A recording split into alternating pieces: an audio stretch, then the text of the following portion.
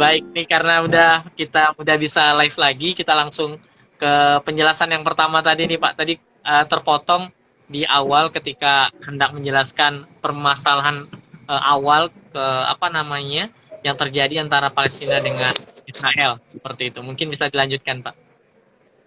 Jadi Israel itu tidak pernah melihat ya bahwa Palestina itu sebagai bangsa yang merdeka. Jadi ini persoalannya, bahwa padahal realitas bahwa Palestina sudah mendeklarasikan diri sebagai negara yang merdeka ya, memiliki otoritas tersendiri. Nah, dan Israel tidak pernah menginginkan itu kemerdekaan. Nah, proyek pemukiman yang terus-menerus dilakukan dengan menguasai wilayah-wilayah pemukiman termasuk di Yerusalem ya, dengan mengusir orang-orang Palestina itu terjadi terus-menerus ya.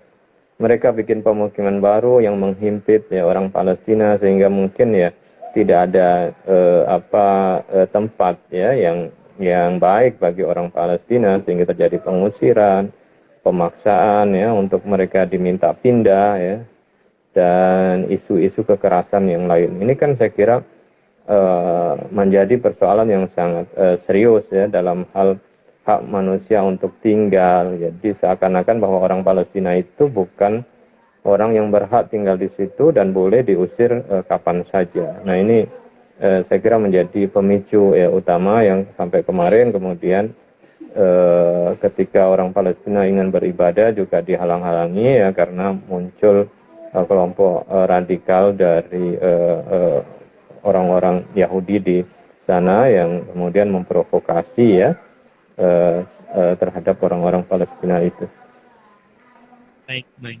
Jadi ini ada persepsi di mana ternyata dari Israel itu sendiri tidak menghendaki ataupun tidak mengakui secara jelas bahwa Palestina ini merupakan satu bangsa. Lalu dari dunia sendiri bagaimana Pak melihat kondisi seperti ini yang terjadi? Karena ini udah berlarut-larut dari tahun 50 sampai ke 2020 terus terjadi hal yang demikian.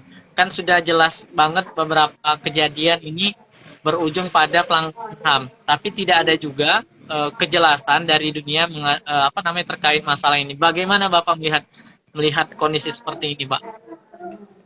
Iya, berbagai upaya ya dilakukan oleh PBB misalnya dengan mengeluarkan resolusi ya, dan menolak adanya aksi pendudukan itu sudah dilakukan. Tetapi kan realitasnya tidak pernah dipenuhi oleh Israel, dan Israel tidak menganggap ya keputusan dari Dewan Keamanan PBB.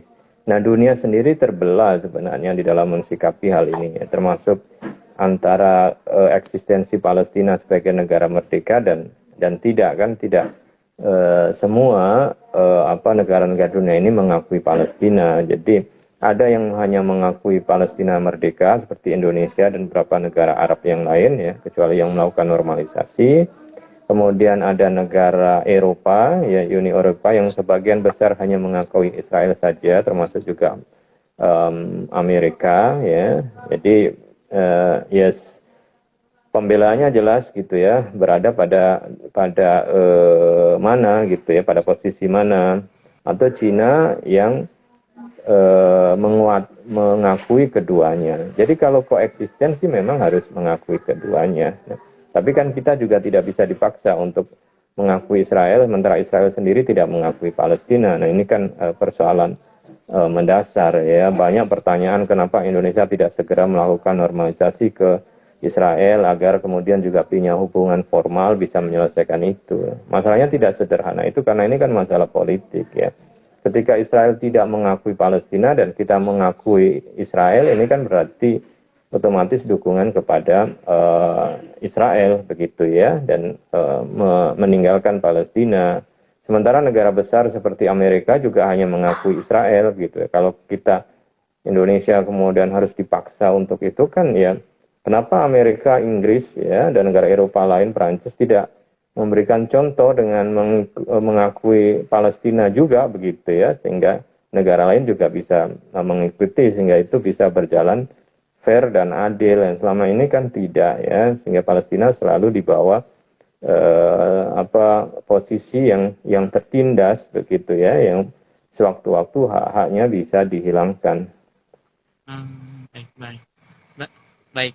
Eh, Kalau dengan penjelasan yang barusan disampaikan ini, kita melihat sebuah kontradiksi, Pak. Maksudnya begini, ketika negara-negara Barat ini selalu apa ya istilahnya itu selalu menggaungkan apa namanya kebebasan seorang manusia dalam HAM dan seterusnya, tapi ketika terjadi hal yang ada di depan matanya mereka saat ini dengan kondisi Palestina, masyarakatnya ini direpresi begitu ketika hendak melaksanakan haknya sebagai seorang manusia beribadah, tapi kemudian seolah-olah dunia ini menutup mata seperti itu.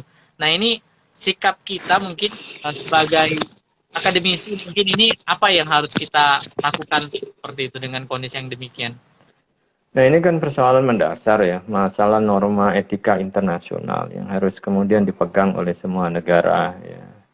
Yang terjadi saat ini bahwa negara-negara besar itu menutup mata terhadap pelanggaran hak asasi manusia apabila terjadi yang itu menjadi aliansi strategis kuat mereka ya.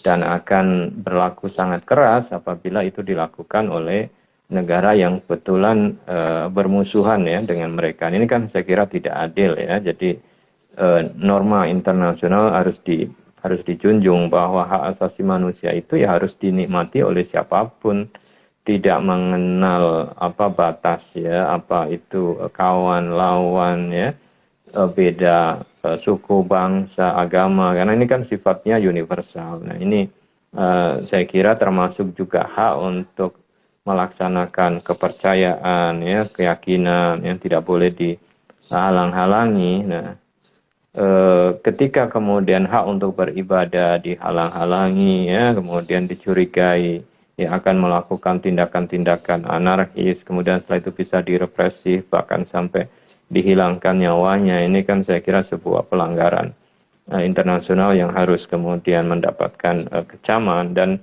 hampir mayoritas dunia sebenarnya mengecam, tetapi kan kenapa ini tidak bergeming begitu ya, tetap ya bersikuku dengan sikapnya. Nah, ini ya siapa yang bisa menghalau, yang bisa menekan ya Israel kalau otoritas internasional ya, Dewan Keamanan direspon positif dari mereka. Jadi upaya yang bisa kita lakukan supaya hal ini tidak lagi terjadi kira-kira seperti apa, Pak? Kan kita kan sudah mengecam seperti itu ya.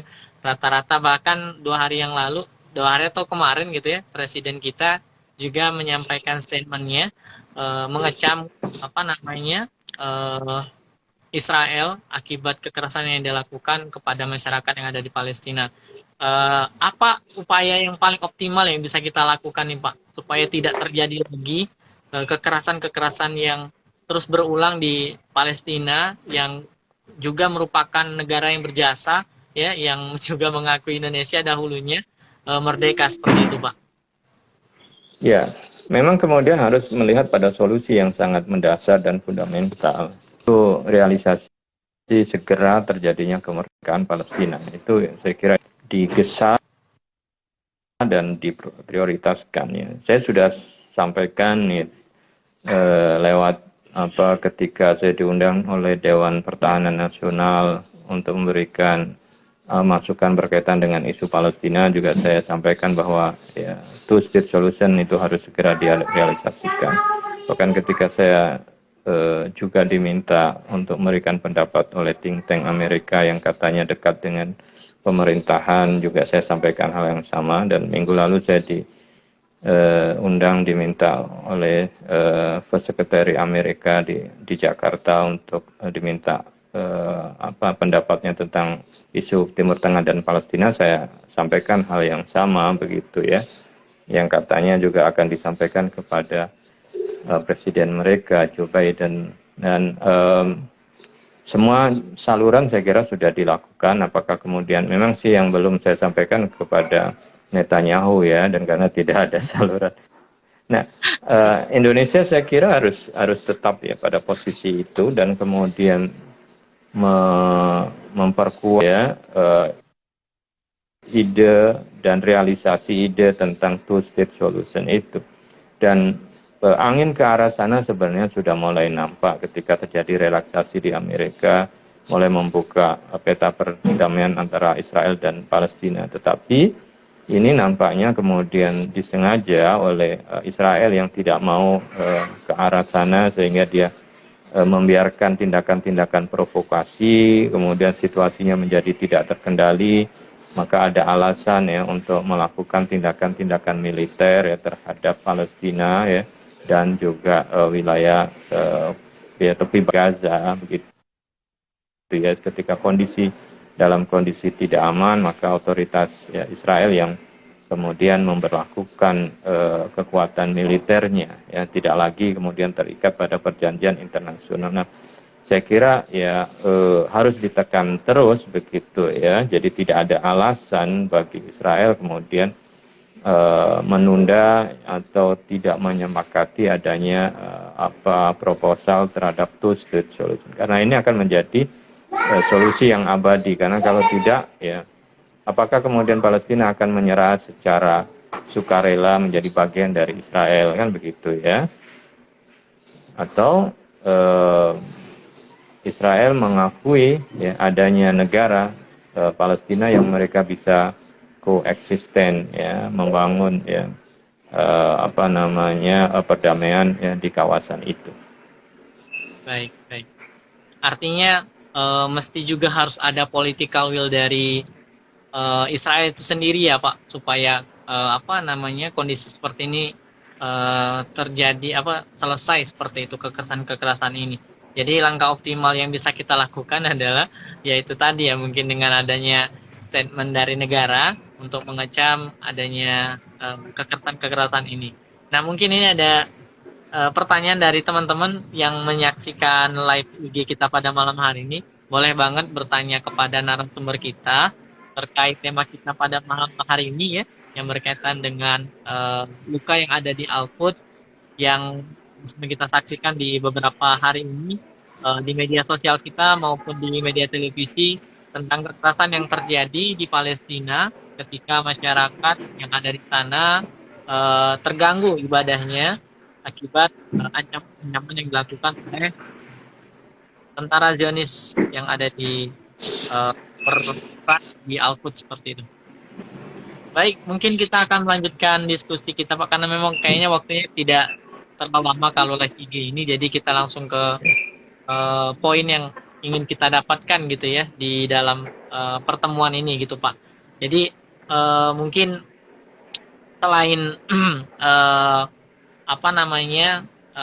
negara yang kemudian juga mengambil perannya untuk mengakhiri perang ini dengan mengeluarkan statement gitu ya. Mungkin kalau peran kami nih Kak, sebagai pemuda gitu ya, apa yang bisa kita kontribusikan gitu ya, kira-kira seperti itu, agar hal-hal yang demikian bisa terselesaikan gitu, walaupun mungkin istilahnya itu tidak terlalu berpengaruh, tapi paling tidak ada hal yang bisa kita kontribusikan. Ini apa yang bisa kita lakukan Pak kira-kira?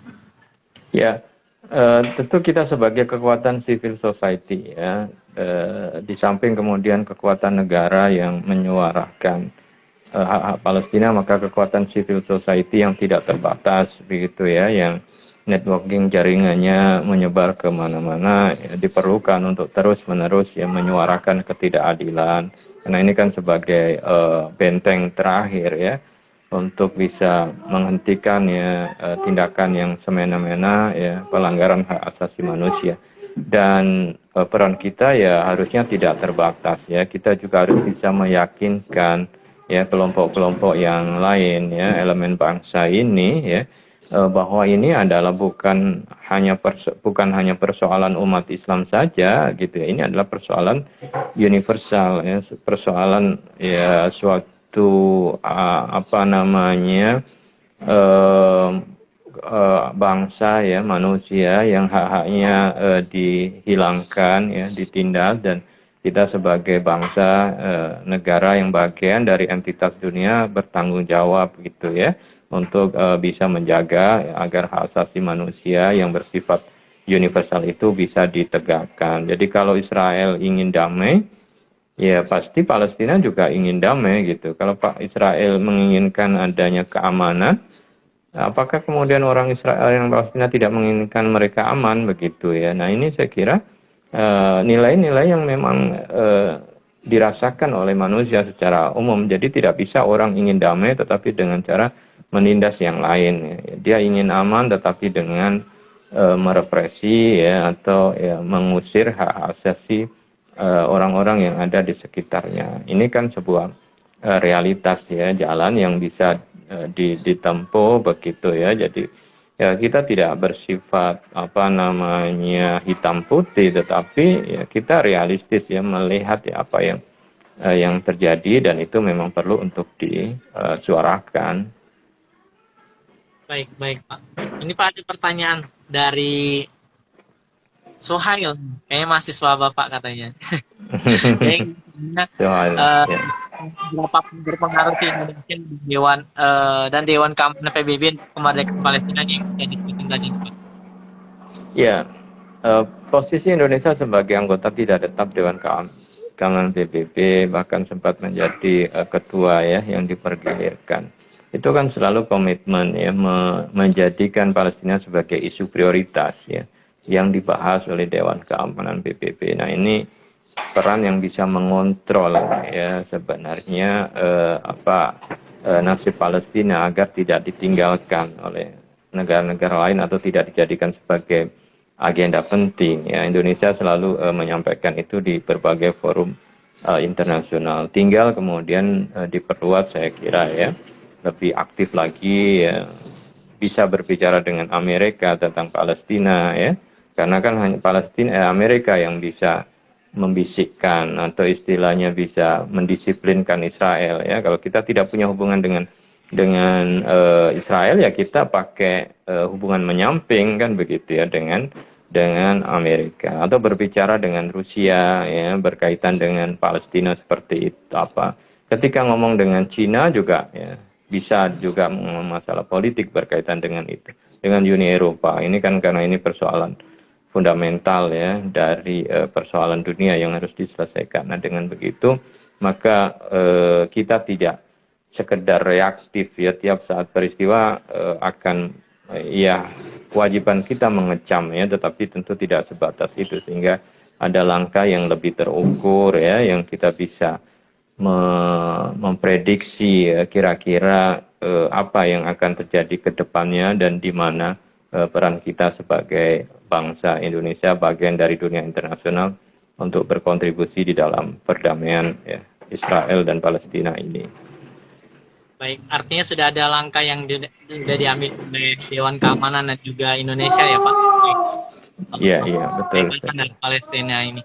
Nah, terus yang menjadi menarik ini Pak, beberapa potongan video yang kita saksikan mungkin ya, baik di Instagram maupun di WhatsApp tentang bagaimana begitu kerasnya Turki ya terkait kekerasan yang terus terjadi di Palestina ini. Nah, ini bagaimana kita menyikapinya Pak? Kan kalau di Indonesia kan agak lebih santun nih bahasanya untuk mengingatkan kecamannya. Tapi kalau Turki sampai beberapa kali ada insiden yang cukup menarik perhatian kita bersama seperti itu. Bagaimana Bapak melihatnya ini, Pak? Ya, itu memang menjadi profil Turki di dunia internasional ya dengan sikap megafon diplomasi ya, diplomasi yang memang yang keras begitu ya. Langsung ya menyampaikan kritik, kemudian juga ada langkah-langkah yang menekan ya, karena memang mereka punya otoritas dan punya hubungan dengan Israel, jadi itu bisa dilakukan. Sementara Indonesia kan tentu tidak bisa dengan gaya bahasa sekeras itu begitu ya, tetapi dengan melakukan ya langkah-langkah strategis ya, Indonesia melakukan lobby ya, menghubungi kepala negara yang punya concern terhadap itu ya bisa sih saling melengkapi. Jadi di permukaan ya Turki ya sangat keras, tetapi juga di bawah permukaan saya kira harus ada ya, upaya-upaya ya yang lebih diplomatis ya, dialog yang saya kira mudah-mudahan itu bisa diperankan Indonesia begitu ya, untuk ya bisa, karena Indonesia nampaknya sangat dihormati oleh otoritas Palestina begitu ya, dan juga punya hubungan baik ya dengan negara-negara besar lain, jadi tidak ada masalah. Baik. Kalau peran Oki sendiri, apakah juga sama sih, Pak? Kan Oki kan juga merupakan organisasi yang menaungi negara-negara Islam, ya kan? Itu juga terdiri dari negara-negara yang besar. Apakah suaranya dari Oki ini juga cukup mempengaruhi gitu ya? Eh, apa namanya, keputusan-keputusan yang ada gitu terkait normalisasi yang ada di Palestina seperti itu, Pak? Ya oke, tentu kemudian dengan bahasa yang lebih normatif ya selalu melakukan kecaman-kecaman. Tapi apakah kemudian itu ditindaklanjuti dalam langkah yang lebih strategis ya oleh anggota atau lewat komite yang berkaitan dengan Palestina begitu ya, karena kan biar bagaimanapun OKI juga representasi dari negara-negara yang menjadi anggota. Nah, sering kemudian itu tidak memberikan apa namanya dampak yang signifikan ya, karena tidak ada realisasi yang bisa diharapkan, tapi tetap akan menjadi kontrol ya, yang kuat begitu ya, karena kehadiran Oki itu adalah untuk merespon terhadap perkembangan di Yerusalem, termasuk juga mendeklarasikan untuk bisa membebaskan Al-Aqsa sebenarnya. Tapi kan kemudian itu ya dalam kurun waktu yang sangat lama ya, concern itu ya tidak kemudian bisa di follow up begitu ya, ditindaklanjuti sehingga bisa menghasilkan suatu keputusan paling tidak mendorong kemerdekaan Palestina. Nah, ini saya kira menjadi PR besar bagi Oki untuk bisa melakukan itu. Baik, baik, baik. Menarik banget nih dari penjelasan dari uh, Pak Yon ya terkait apa namanya yang terjadi di dunia internasional ya, upaya-upaya yang dilakukan juga terkait apa namanya supaya adanya perdamaian antara Palestina dengan Israel, yang kemudian juga tadi dijelaskan cukup banyak mulai dari awal kenapa terjadinya konflik sampai bagaimana harusnya kita menyikapi yang ini. Mungkin teman-teman yang juga menyimak dari live IG ini yang ingin bertanya mungkin masih diberikan kesempatan, masih ada kira-kira waktu 10 menit lagi gitu ya kita untuk melaksanakan live IG ini. Jadi silakan dimanfaatkan kesempatan ini untuk bertanya gitu ya. Nah, ini ada pertanyaan dari Rinaldi gitu ya. Ini kelewat tadi ya. Dia ngomongnya di sini, urusan Palestina bukan lagi urusan agama atau negara, tapi kemanusiaan karena ini melanggar HAM dan kebebasan seorang, apalagi orang banyak. Lantas bagaimana dunia melihat ini? Oh, tadi udah dijawab ya, Pak. Baik. Oke, dari forum sepertinya belum ada yang ingin bertanya. Baik, kita mungkin manfaatkan 10 menit terakhir ini kira-kira apa namanya, mungkin ada pesan yang khusus untuk disampaikan untuk teman-teman yang menyimak dari live IG ini kayak gitu. Jadi mungkin yang menonton ini rata-rata mahasiswa juga gitu ya. Jadi mungkin bisa memberikan pesan kepada yang menonton. Ya, saya setuju bahwa persoalan Palestina itu bukan persoalan agama ya. Dalam arti bahwa itu menjadi dominasi ya agama saja, tetapi sudah menjadi persoalan isu yang universal. Maka dari itu tentu kita harus bisa membayangkan bagaimana Palestina di masa lalu ya, bagaimana Al-Aqsa Yerusalem di masa lalu ya, ketika kemudian belum dikuasai oleh mandat Inggris ya, sebelum tahun 1918. Nah, Palestina itu kan sebagai kota kosmopolitan yang di dalamnya itu banyak ya bangsa-bangsa yang lain, agama-agama yang lain itu eksis ya di sana dan diberi ruang ada gereja, ada juga kuil ya di sekitar wilayah itu. Ada komunitas Yahudi, komunitas Nasrani, komunitas Muslim, ya. Ada yang di beberapa pintu itu kompleks Muslim mayoritas, tapi ada juga yang Yahudi yang mayoritas, ada yang Nasrani mayoritas, dan mereka bebas untuk melaksanakan ibadahnya, bahkan perayaan-perayaannya, ya, hidup damai.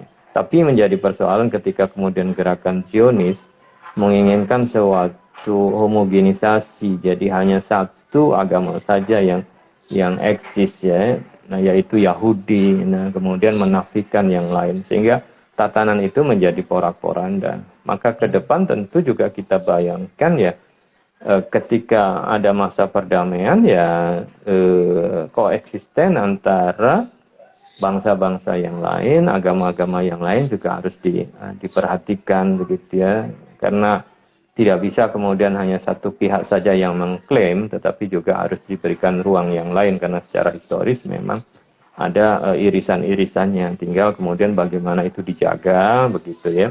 Tidak ada yang kemudian menolak atau mencabut, ya, hak-hak umat yang ada di sana untuk beribadah, ya, termasuk umat Islam, umat Nasrani, atau juga umat Yahudi di sana, gitu, ya. Yang, ya, keadilan itulah saya kira yang perlu ditegakkan, karena kalau dengan konsep itu, ya, saya kira, ya, seperti sejarahnya Palestina menjadi wilayah yang damai, menaungi, ya, semua pemeluk agama, dan Islam rahmatan lil alamin, kan saya kira konsepnya kan itu, ya, memberikan kebaikan rahmatnya bagi seluruh alam, ya. Saya kira itu, ya, yang mungkin bisa saya sampaikan. Oke, baik. Terima kasih Pak Yon atas waktunya sudah memberikan kepada kita beberapa informasi yang apa namanya yang terjadi gitu ya, mulai dari awal konflik yang terjadi, kemudian sikap kita yang harusnya yang kita ambil kayak gitu ya, dan juga kita juga sedikit mengetahui bahwa sudah ada upaya-upaya yang sudah dilakukan oleh negara, khusus negara Indonesia, negara komunitas Muslim juga di dunia untuk memacam tindakan-tindakan yang dilakukan oleh Israel ini. Namun memang lagi-lagi kembali lagi ke political will dari negara tersebut ya, negara yang bersangkutan agar terjadinya perdamaian ini juga harus dimunculkan seperti itu, dan konflik-konflik seperti ini akan terjadi.